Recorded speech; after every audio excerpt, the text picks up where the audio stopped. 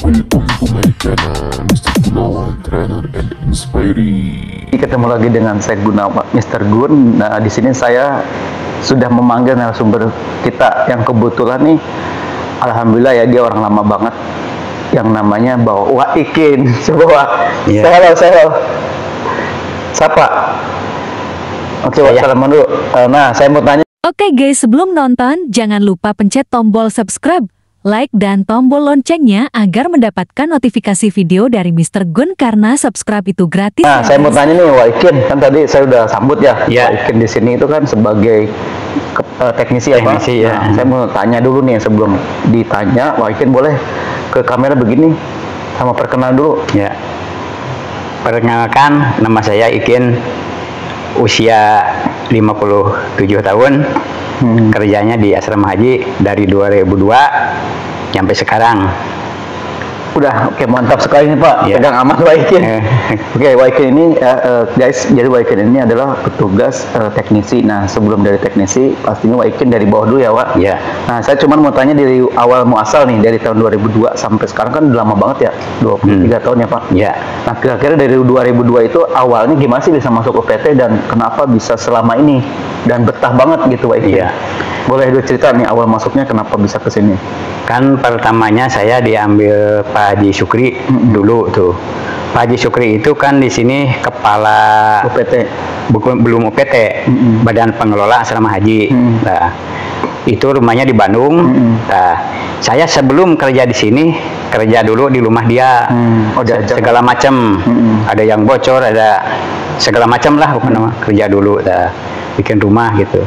Tah lama-lama di sini beres, Aula Arafah, Mina C, Mina D, waktu itu Pak. Direnovasi ya? Beres ya, beres dibangun Pak, baru dibangun dari nol itu, beres dibangun. Tak manggil, Samangnya Bapak. ya, gimana Kin? Kalau kerja di asrama haji Bekasi, mau nggak? Kata Wak Ikin, enggak Pak, nggak mau ah. Oh, sempat nolak. Sempat nolak ya. Emang kenapa Pak? Nah, soalnya kata istri saya, jangan Pak, jauh katanya. Jauh, ya. Nah, dipikir-pikir lagi, manggil dulu, ngikut dulu kebersihan. Waktu itu kebersihan di gedung B lantai 2. Waduh, itunya Pak, kejalannya mangpet sama mangpet itu. Saya koordinasi ke siapa ya waktu itu, belum tahu ke siapa gitu. Mangpet segala macam itulah, banyak weh bintangannya Pak waktu itu. Tak beres, musiman kita beres, musiman, pulang. Nah, udah lama, sebulan lebih lah, habis pemulangan. Oh ya, habis pemulangan ya, manggil lagi. Kin, gimana kalau lanjut kerja di asrama haji? Jadi 2 kali nawarin nih. 2 kali nawarin.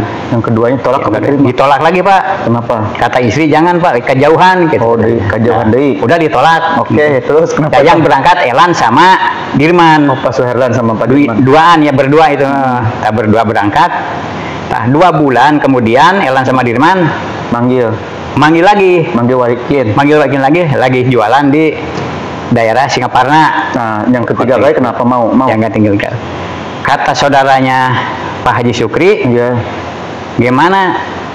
Kata Bapak harus berangkat ke Bekasi besok hari Kamis. Waktu itu hari Selasa. Kalau mau sekarang jawab mau, kalau enggak ya udah 3 enggak kali. jawab.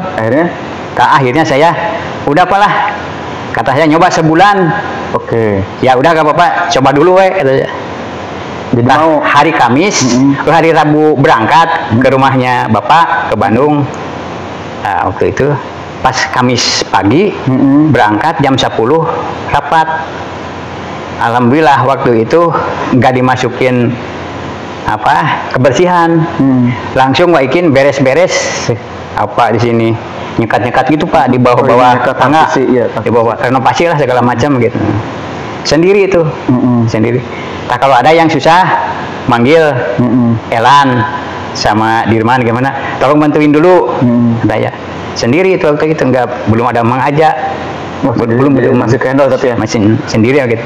Paling kayak koordinasi sama Wahyudi. Oke, mantep nih Pak. Tapi saya sempat salut ya, Wak Ikin kan di tahun 2 kali nih ditolak. Alhamdulillah yang ketiga kali terima. Nah, yang membuat Wak Ikin jadi mau gimana tuh asalnya? Karena gak enak. Ya, dari rasa-rasa gitu ya, Wak Ikin, ya enak lah. Gak enak. Apa kerjanya kagak berat mah yang nggak berat gitulah. Cuma kendala yang beratnya waktu itu saya koordinasinya belum tahu ke siapa, kan belum tahu jalurnya air, belum tahu jalurnya listrik, di mana ini gedung ini dari mana panelnya, air ini dari mana sumbernya, kan belum tahu itu Pak. Nah, waktu itu kendalanya itu saya. Ya kan lama-lama sama Wahyudi, saya belajar sama Wahyudi, titik air ini, titik listrik panelnya ini, ya alhamdulillah.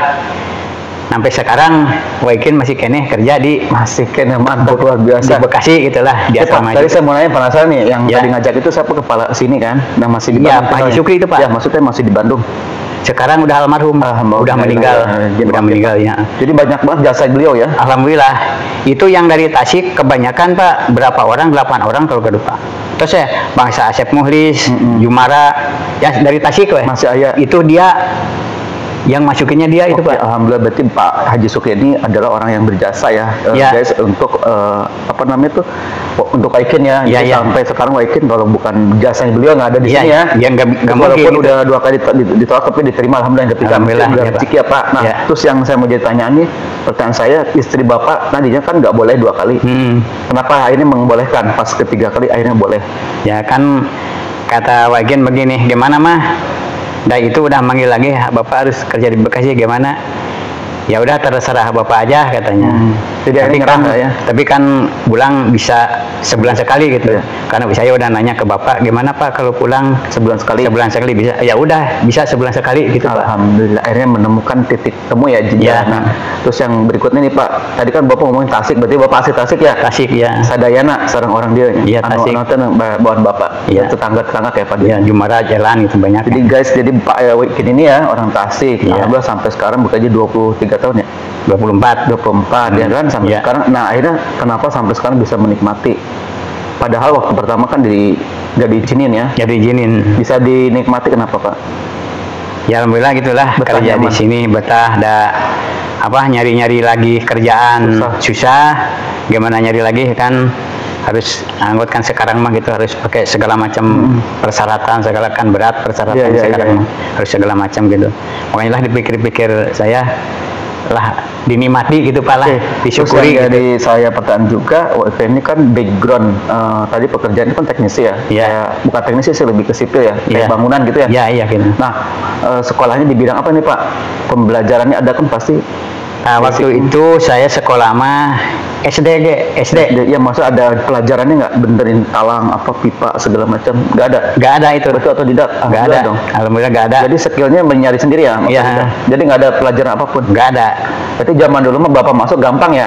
Iya. Pakai lamaran langsung? Nah, iya. Kan ada ngajak. Kan waktu itu udah tahu Pak Haji Sukri tekniknya di rumah dia. Oh iya. Kan yang betulin ada listrik, ada talang, ada apa, itu udah tahunya di rumah dia itu Pak. Tapi Bapak maksudnya nggak melanjutkan sekolah dulu?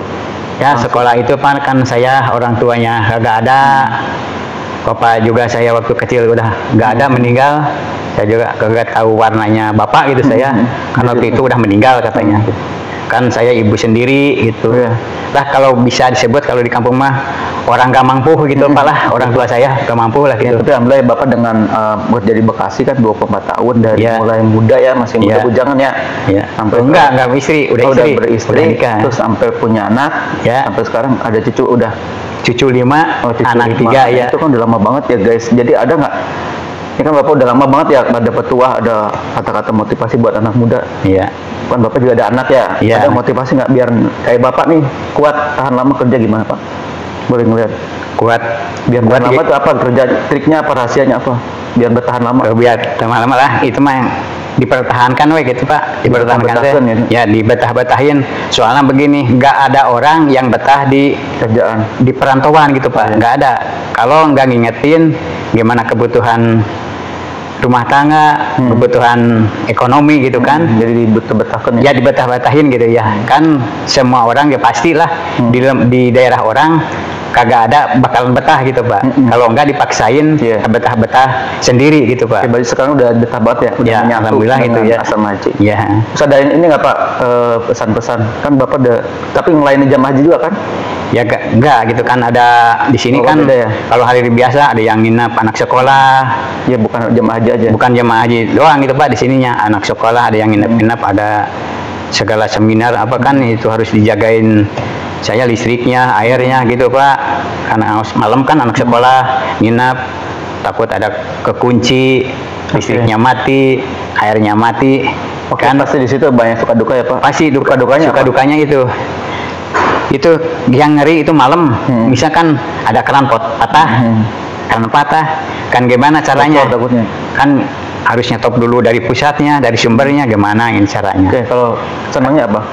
Kan waktu itu lah nyari jalan pintas yang gampang dulu gitu Pak, biar air gagak keluar banyak, kan pakai tutup dulu apa gitulah. Oke, jadi alhamdulillah maksudnya selama ini kerjaan yang susah-susah bisa ditanganin ya? Ya, alhamdulillah bisa gitu ditangani. Maksudnya nggak ada yang berbuat susah gitu? Ya. Cari solusinya ada ya?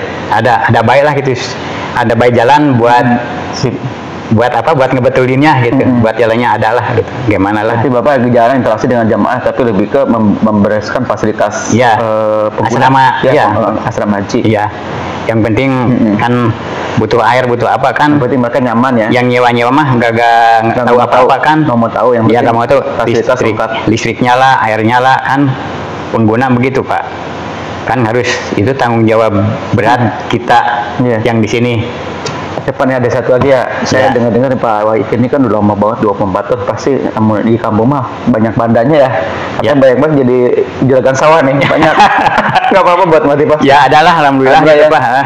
Alhamdulillah sekian tahun di sini, ya ada alhamdulillah gitu buat anak. Anak itu udah kebagian lah, ya buat kita juga berdua. Anak berapa Pak? Anak 3. Alhamdulillah ya udah ada jatah masing-masing. Ya, udah dikasih gitu anak buat tempatnya, buat apa? Kalau sawahnya gitu, udah dikasih ya buat anak udah bisa ngasih, buat kita masih berdua sama istri. Ada lah alhamdulillah gitu Pak. Waikin kenapa punya pemikiran jauh? Kan maaf ya kan namanya perantau jauh nih, gaji nggak seberapa, ibaratnya kan bisa membagi tadi ya kan harta terus warisan terus juga bisa ngumpulin, itu gimana sih caranya? Bener-bener hemat apa gimana? Ya soalnya begini Pak, kalau kita punya uang dikit misalnya, misal dikit, kan harus dibagi-bagi Pak. Buat risiko segini, buat makan sehari segini, kan harus ada nabung buat dikumpul-kumpulin dulu, ntar dibeliin. Ya, berarti Waikin ini orangnya bisa dibilang bisa memanage keuangan, bisa nabung, terus nggak boros, terus bisa nyisihin buat masa depan lah. Ya gitu Pak. Oke, salut Pak. Saya benar-benar banyak belajar nih dari Waikin ya. Jadi ibaratnya nggak mau banyak gaya, nggak mau sombong lah ya. Belajar dari nol, merintis. Begitu Pak. Terus satu lagi nih Pak, terakhirnya ada masukan nggak buat anak muda atau masukan dari buat asrama haji? Ya buat asrama haji atau yang lain yang rekan-rekan yang di asrama haji, jangan banyak ngeluh, jangan banyak gimana lah gitu, yang banyak diceritain yang nggak enak diceritain gitu Pak.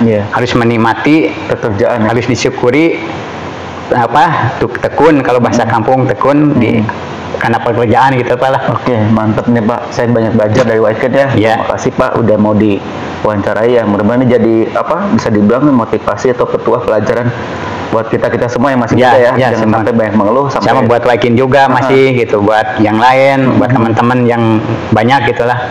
Oke, bisa menikmati gitu, bisa mensyukuri gitu Pak.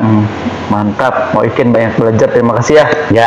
Semoga Waikin kedepannya tambah sukses, lancar, sehat ya Pak. Amin. Jangan sampai nanti kedepannya Bapak ini jadi jenuh. Tetap bekerja terus ya. Amin Pak ya. Oke sahabat religi, terima kasih ya, wawancara cukup selesai dengan Waikin, banyak sekali ilmu yang saya dapat dari Waikin. Intinya dari saya terima kasih, semoga semangat dan terinspirasi. Oke. Thanks for watching, jangan lupa like, komen dan share jika video ini bermanfaat. Nantikan video selanjutnya dari Mr. Gun. Bye bye.